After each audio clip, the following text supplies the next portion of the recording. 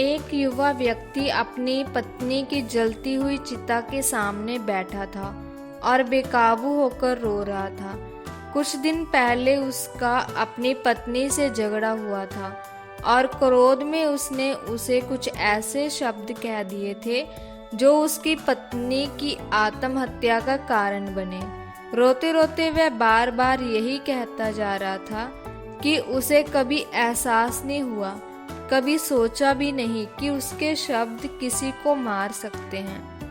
काश उसे पहले से पता होता कि उसके शब्द किसी को इतना नुकसान पहुंचा सकते हैं, तो वह हमेशा अपनी जुबान पर काबू रखता, उसे बांध कर रखता और सोच समझ कर ही बोलता। लेकिन वह अज्ञानी था, मूर्ख था और उसकी मूर्खता के कारण उसकी पत्नी की जान चलेगी। अब चंदन अपने किए पर बहुत पछता रहा था।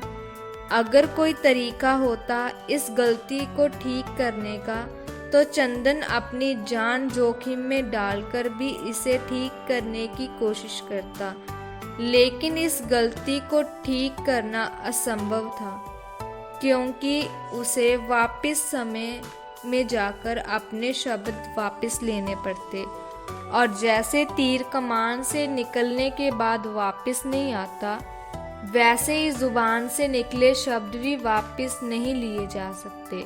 नमस्कार दोस्तों, आज चंदन की कहानी के माध्यम से हम ये जानेंगे कि शब्द कितने शक्तिशाली होते हैं, कैसे एक बुद्धिमान व्यक्ति अपने शब्दों का सही इस्तेमाल कर सफलता पा सकता है और कैसे एक मूर्ख अपने ही शब्दों के जाल में फंसकर जीवन भर पछताता रहता है। हम अनजाने में, गुस्से में या मूर्खता में कुछ ऐसे शब्द कह देते हैं जिन पर हमें पछतावा होता है। ये सबकी जिंदगी में होता है। तो ये कहानी किसी एक व्यक्ति के लिए नहीं, बल्कि पूरे समुदाय पर, पूरे समाज के लिए है। हर किसी को इसे सुनना चाहिए, क्योंकि अंत शब्द ही हैं जो रिश्ते बनाते हैं और शब्द ही हैं जो रिश्ते तोड़ते हैं। शब्दों में इतनी शक्ति होती है कि एक अच्छा नेता इन्हीं शब्दों के दम पर लाखों लोगों के दिलों पर राज कर सकता है। कहानी पर लौटते हैं। अपनी पत्नी की मौत के बाद चंदन बहुत उदास हो गया। उसने सब चीजों से दिल हटा लिया।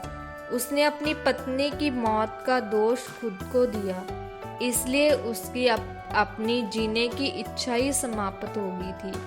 जब वह अपनी पत्नी की चिता के पास बैठकर पश्चाताप कर रहा था, तब एक भिक्षु और उनके शिष्य अपने आश्रम की ओर जा रहे थे। जब उन्होंने किसी के रोने की आवाज सुनी, तो वे उस दिशा में चल पड़े।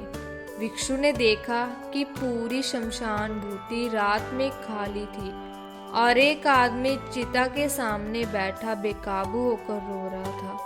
उस व्यक्ति को सांत्वना देते हुए वह भिक्षु को पता चला कि उसके शब्दों के कारण उसकी पत्नी ने आत्महत्या की थी।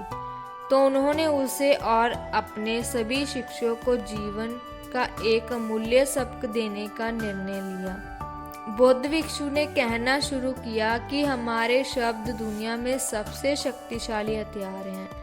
हमारे शब्द बिना किसी खून खराबे के किसी भी की जान ले सकते हैं, और इसके विपरीत हमारे शब्द हमारे दुश्मनों को भी हमारे सबसे अच्छे दोस्त बना सकते हैं। इसलिए व्यक्ति को अपने शब्दों का चुनाव बहुत सोच समझकर करना चाहिए, क्योंकि हम अक्सर भूल जाते हैं कि हमारे शब्दों का दूसरों पर क्या असर होता है। शब्दों के बारे में सबसे पहली बात ये है कि जो व्यक्ति जितना कम बोलता है, उसके शब्द उतने ही प्रभावशाली होते हैं, और जो व्यक्ति अधिक बोलता है, लोग उतना ही कम उसे सुनना पसंद करते हैं। इसे ऐसे समझे, जितना अधिक कोई वस्तु बाजार में उपलब्ध होती है, लोग उसे उतना ही कम खरीदना चाहते हैं। इसलिए वह बाजार से प्रचुरता से उपलब्ध होती है, और जो वस्तु बाजार में कम उपलब्ध होती है, लोग उसे अधिक खरीदना चाहते हैं, उसकी मांग अधिक होती है और यही हमारे शब्दों पर भी लागू होता है। हमने अपने आसपास ऐसे कई लोग देखे हैं जो बिना वजह बातें करते रहते हैं, लेकिन कोई भी उनकी बातों को गंभीरता से नहीं लेता।